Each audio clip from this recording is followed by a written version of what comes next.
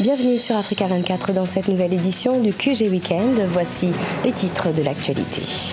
Des alliances politiques pour affronter la présidentielle du 7 octobre 2018 au Cameroun. Le RDPC, parti au pouvoir avec le G20, Akérémouna Mouna et l'Union des populations du Cameroun, mais aussi Maurice Kamto qui a reçu le soutien du MPCN de Paul-Éric Kingui. La balance commerciale de la CEMAC excédentaire en 2018. C'est une prévision de la Banque centrale. Son excédent s'oriente autour de 21%. Et puis, vers un meilleur accès à l'information météorologique en Afrique. Objectif, prévenir les catastrophes naturelles.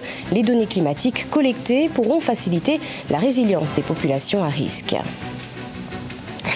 À un mois de la présidentielle du 7 octobre 2018 au Cameroun, les candidats en lice multiplient des tractations afin d'obtenir le maximum d'alliés. Après le G20 favorable au président sortant Paul Biya, les candidats Akérémouna et Maurice Kamto enregistrent également de nombreux ralliements. Reportage de notre correspondante Viviane Baoken. Le match des alliances en vue de la présidentielle du 7 octobre 2018 a été lancé par le RDPC, parti au pouvoir, avec un groupe de partis politiques, le G20. Après quoi s'en est suivi Akérémouna qui est allié à la conquête d'une faction de l'Union des populations du Cameroun UPC ainsi que de l'AFP. Maurice Kamto, quant à lui, reçoit le soutien du NPCN de Paul-Éric Kingui. Un jeu trouble qui ne répond pas aux attentes de leurs électeurs. Lorsque l'on voit des alliances, Akérémouna, Bibaïssa, Akérémouna, Dieudonné Yebga, ça n'a pas un poids politique déterminé de manière que l'on peut davantage escompter du 7 octobre prochain une certaine influence sur les résultats. Par conséquent, ces alliances sont essentiellement faibles et n'auront pas une incidence que le peuple attend. Pour les experts, l'idée de la candidature unique de l'opposition longtemps clamée au sein de la classe politique camerounaise ne serait pas prospère au regard des conditions politiques actuelles. L'urgence pour le Cameroun, ce n'est pas de trouver un nouveau président. L'urgence pour le Cameroun, ce n'est pas non plus d'organiser des élections dans ces conditions-là. L'urgence pour le Cameroun, comme pour tout autre pays, parvenait à la situation que nous connaissons, c'est en réalité de créer un mouvement fort pour reformer, pour reformuler les bases institutionnelles de notre gouvernance. Avec le lancement officiel de la campagne le 24 septembre 2018, les différentes alliances formées devront monter au créneau pour convaincre le maximum d'électeurs. La balance commerciale de la CEMAC sera excédentaire en 2018. Il s'agit d'une prévision de la Banque centrale. Elle devrait dépasser les 5 036,5 milliards de francs CFA, la prévision initiale. Une tendance qui s'explique grâce à une hausse conjointe des prix du baril et des exportations de pétrole brut. On fait le point avec Marcel Farba-Maroun. L'excédent de la balance commerciale en zone CEMAC, communauté économique et monétaire de l'Afrique centrale, tendrait vers une hausse à 20,8% par rapport à la prévision initiale qui était de 5 036,5 milliards de francs CFA. Cela du fait essentiellement d'une hausse conjointe des prix du baril et des exportations de pétrole brut qui compenserait l'accroissement plus important que prévu des importations estimées à 9 654,3 milliards de francs CFA en 2018 contre 8 892,7 milliards de francs CFA en 2017. Il était déjà prévu une amorce d'embellie avec des projections à 3% de la croissance en 2018. Ce qui se confirme aujourd'hui, c'est ces prévisions-là. Elles sont notamment dues au relèvement des prix du brut. Vous savez, les économies de la sous-région en dépendent, que ce soit le Gabon, le Congo, la Guinée équatoriale ou le Cameroun. Les causes de la hausse des exportations sont liées à l'augmentation des ventes de pétrole brut de 18,4% à 9 883,6 milliards de francs CFA, de manganèse de 2,5% à 619,3 milliards de francs CFA et de cacao de 31,3% à 286,3 milliards de francs CFA. La Banque centrale doit continuer à jouer son rôle. Ensuite, maintenant, il faut encourager la consommation des produits locaux. Il faut maintenir le cap sur la diversification de l'économie. Il faut garder la discipline dans la relation avec le Fonds monétaire international, maîtriser les endettements pour qu'ils ne s'envolent pas au-delà de 70% du PIB, comme c'est recommandé en zone CEMAC. Pour ce qui est de la croissance des importations, la BEAC, Banque des États de l'Afrique centrale, renseigne qu'elle proviendrait de la reprise des dépenses d'équipement, surtout dans le secteur pétrolier, notamment en Guinée équatoriale, au Congo et au Tchad. En Égypte, le ministère des Antiquités a décidé d'augmenter les prix des billets désormais pour accéder aux sites touristiques archéologiques et au musée du Luxor au Caire. Il faudra débourser entre 20 et 40 $ de plus, une mesure qui vise à accroître les retombées financières du secteur. Explication Aïssatou Tiamanka-Besland. À travers une déclaration datée du 30 août 2018, le ministère des Antiquités égyptien a procédé à une augmentation des prix des billets pour les touristes étrangers pour entrer dans les sites archéologiques et des musées de Luxor au Caire. Par cette action, le gouvernement égyptien s'efforce à stimuler le secteur touristique.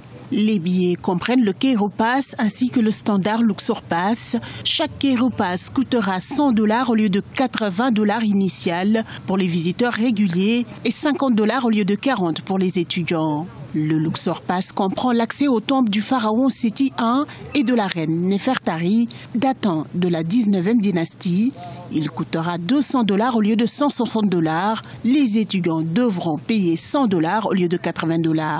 Le secteur touristique, c'est la carte postale de l'Égypte. C'est un des points le plus important dans le budget égyptien par rapport à la rentrée des devises. Quand on dit Égypte, on voit les pyramides, notamment celui de Khéops. On voit Luxor. On voit les balades sur le fleuve Nil. Donc c'est un point très important. De nombreuses réformes ont été adoptées par le gouvernement. Des campagnes de promotion des sites archéologiques de plusieurs millions de $ ont été initiées par les autorités égyptiennes pour accroître les retombées financières du secteur et favoriser le tourisme de masse. L'économie égyptienne est mal en point. L'Égypte, ce n'est pas un pays producteur de pétrole. C'est un pays très peuplé qui dépend essentiellement, entre autres, du tourisme. La baisse de fréquentation était due à des actes de terrorisme que l'Égypte a connus ces derniers temps. À cause de l'instabilité politique et institutionnelle provoquée par les soulèvements de 2011, le secteur touristique a été fortement impacté. Aujourd'hui, la sécurité autour des sites a été renforcée. Cette dernière action sur la hausse des prix entre en vigueur le 1er novembre 2018.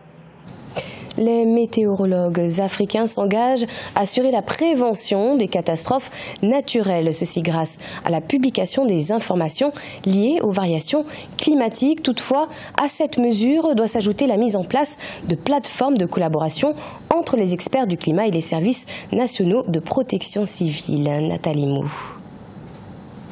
Inondations et sécheresses, le Forum régional des prévisions climatiques saisonnières pour l'Afrique centrale, tenu au mois d'août 2018, plaide pour une meilleure information météorologique en vue de la prévention des catastrophes naturelles. Les données climatiques ainsi compilées devraient faciliter la résilience des populations à risque. Il faut que nous mettons à la disposition de l'Afrique centrale des prévisions, n'est-ce pas, des prévisions sur le temps et sur le climat qui doivent permettre maintenant aux populations de réduire ou bien de minimiser les risques d'origine climatique.